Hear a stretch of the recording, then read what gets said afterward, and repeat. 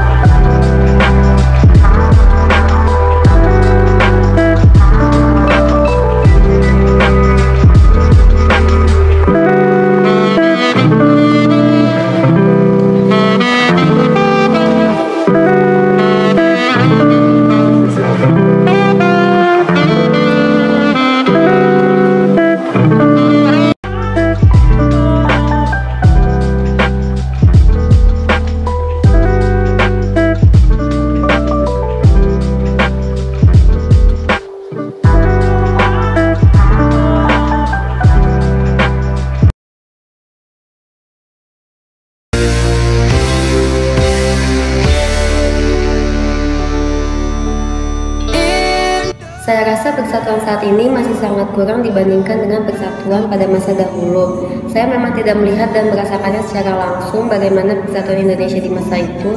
Tetapi dari cerita yang saya dengar dari nenek dan kakek saya yang merupakan seorang veteran, saya bisa menyimpulkan bahwa masa ini persatuan tidak lagi menjadi topik obrolan yang penting untuk pelajar maupun masyarakat.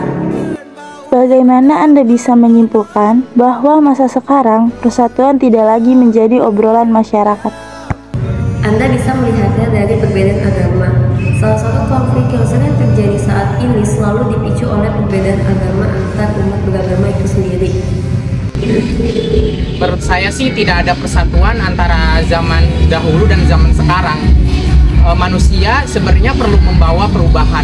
Jika kita melihat dari sisi zaman dahulu, ya mungkin manusia pada saat zaman sekarang ini akan dimakan oleh zaman.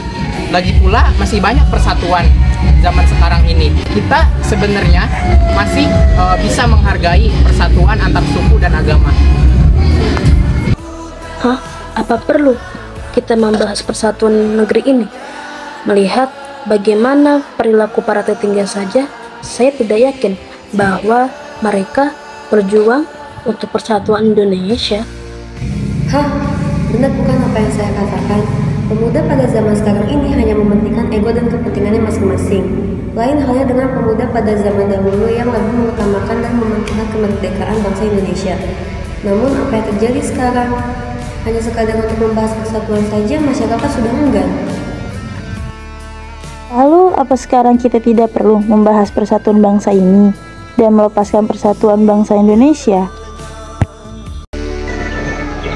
Walaupun saya berkata bahwa tidak ada perbedaan persatuan antara zaman sekarang dan zaman dahulu, bukan berarti saya meninggalkan dan melupakan persatuan bangsa ini. Bagaimana juga kan Indonesia merupakan tanah kelahiran saya. Bagaimana mungkin saya bersikap sombong seperti itu? Apa peduli saya, tidak ada persatuan, tidak membuat kita mati.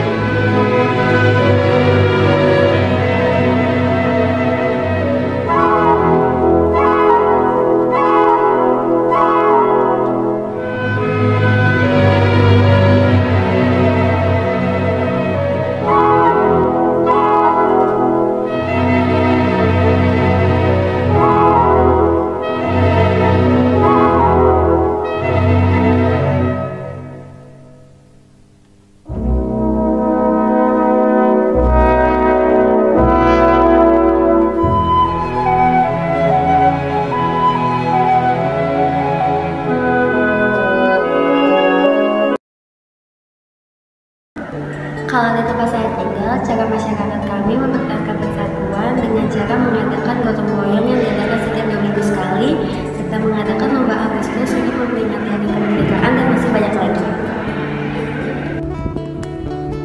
Bagaimana tanggapan Anda tentang gotong royong untuk mempersatukan masyarakat pada zaman sekarang?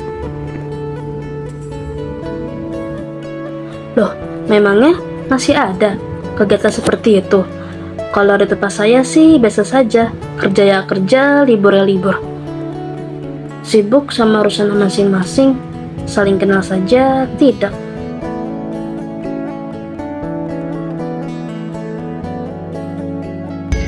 Tentu saja masih, tapi kami hanya melakukan kegiatan tersebut pada saat acara penting saja sih, atau kalau saluran di tempat kami mampet. Itu aja sih.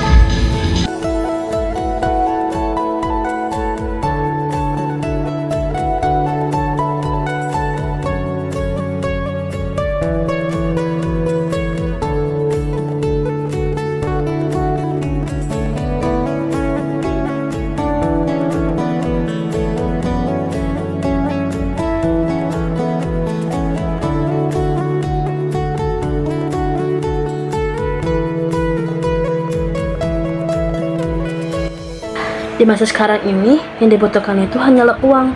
Kesejahteraan sosial berdampak pada persatuan. Banyak kasus di negeri ini yang bersalah bisa dianggap benar jika kita mempunyai uang dan kuasa. Pada pandangan Anda, apakah kesenjangan sosial berdampak pada persatuan Indonesia? Kalau itu memang benar adanya, persatuan negeri ini bisa hancur begitu saja karena kesenjangan sosial. Dahulu memang ada kesenjangan sosial antara si kaya dan si miskin, tetapi kesenjangan sosial itu hanya berada dalam lingkup pendidikan. Di masa kini, kesenjangan sosial sudah tersebar dalam semua aspek kehidupan.